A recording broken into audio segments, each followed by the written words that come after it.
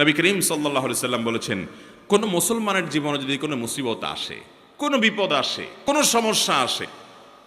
সঙ্গে সঙ্গে সে যদি ইন্না লিল্লাহি ওয়া ইন্না ইলাইহি রাজিউন পড়ে এবং আরেকটা দোয়া পড়ে, আল্লাহুম্মা জুরনি ফি মুসিবাতি ওয়াখলুফ লি খায়রাম মিনহা, আল্লাহ আমার যে বিপদ হয়েছে এই বিপদের বিপরীতে এর বিনিময়ে আপনি আমাকে সওয়াব দিয়েন, বিনিময় দিয়েন, এবং বিপদে আমার যে ক্ষতি হলো আপনি এর চাইতে ভালো কিছু দিয়ে আমাকে পোষায় দিয়েন। এই দোয়া যদি কেউ পড়ে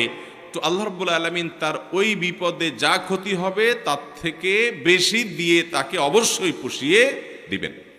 উম্মে সালামা রাদিয়াল্লাহু তাআলা আনহা, নবী করিম সাল্লাল্লাহু আলাইহি সাল্লামের স্ত্রী, তিনি বলেন যে আমি নবী করিম সাল্লাল্লাহু আলাইহি সাল্লামকে কিভাবে পেয়েছি তোমরা জানো?